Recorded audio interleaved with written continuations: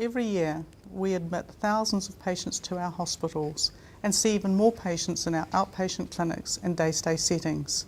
We aim to make a difference, to improve their health or help them live longer. For the most part, we achieve that, but sometimes things go wrong.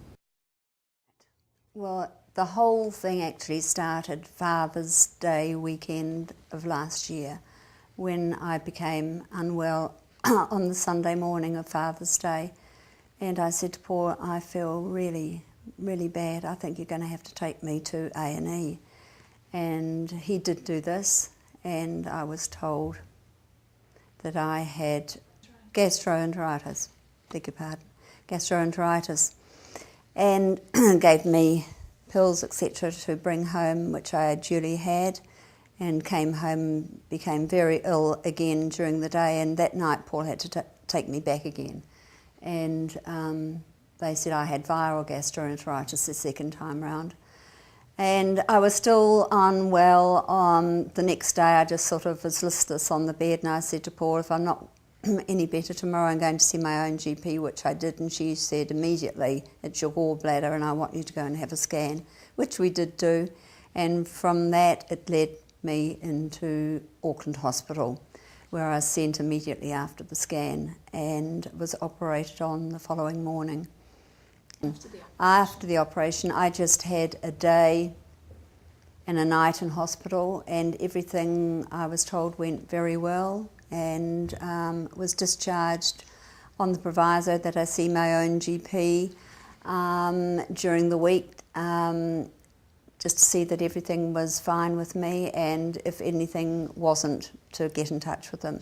And everything just went fine. And so that was in the September, and right through until January was when I became really unwell. And that's when all hell broke loose, virtually. I first met Helen in January of this year. She presented to the emergency department at Auckland Hospital, and she was jaundice, yellow. She had been, for a couple of weeks, had flu-like symptoms and feeling quite unwell. And I noticed that she had previously been in the hospital the year before, where she had her gallbladder out. I suggested they do a scan of her abdomen, and she had a CT later that morning. They rang me with the CT result to say that she had a mass in her liver. So I went down and saw her in the emergency department. I looked through her scan with the registrar, and then went and looked at the histology. Her histology from her operation, which had been done in September of 2010, had actually demonstrated the presence of cancer within the gallbladder. It wasn't aware to me at that stage that she had not been informed of this, and reading the notes, it was quite clear that she went home very quickly from that operation and she'd had no more follow-up. So I assumed that maybe she was not aware of that diagnosis. I then went in and saw her at the bedside and spoke to her and just questioned her with regards to her original operation and how it went and what was the follow-up. And it was quite clear, talking to her, that she wasn't aware of the fact that cancer had been diagnosed at the time she had her operation, and she thought she'd recovered well and she'd gone back to normal activities. It wasn't until the last week or two that she had gone on to develop symptoms and become unwell, coming to hospital.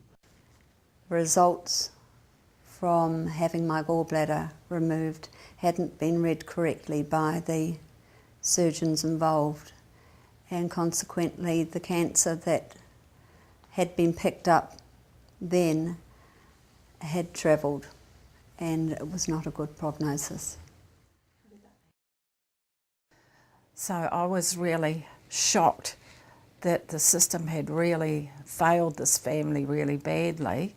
I had just been to the bed meeting and was going to move her to a surgical ward because I needed the side rooms for infectious patients, but I decided that as they didn't have a side room, I would keep her here and do the best that we could for this family.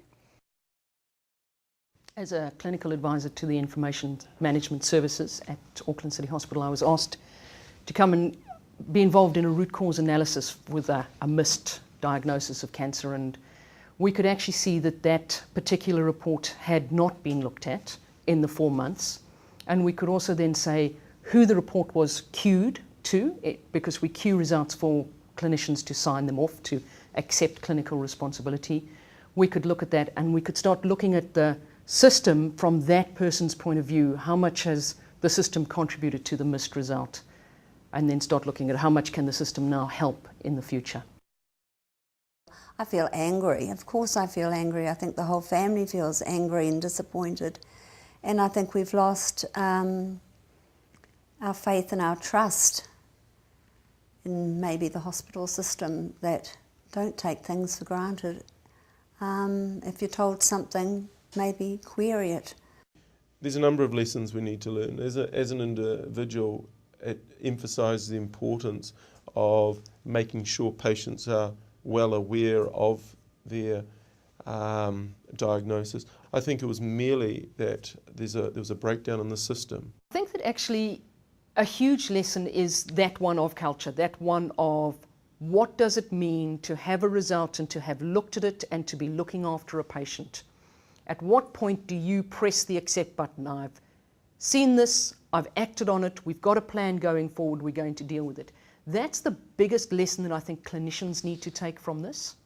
And when they saw me on the gurney in the operating theatre, they needed to know that the people they see on a daily basis or operate on a daily basis have history.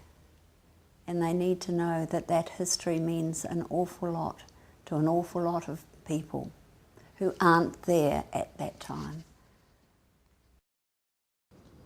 Put yourself in Helen's shoes. Imagine how you or one of your family members might feel. Please make patient safety your responsibility.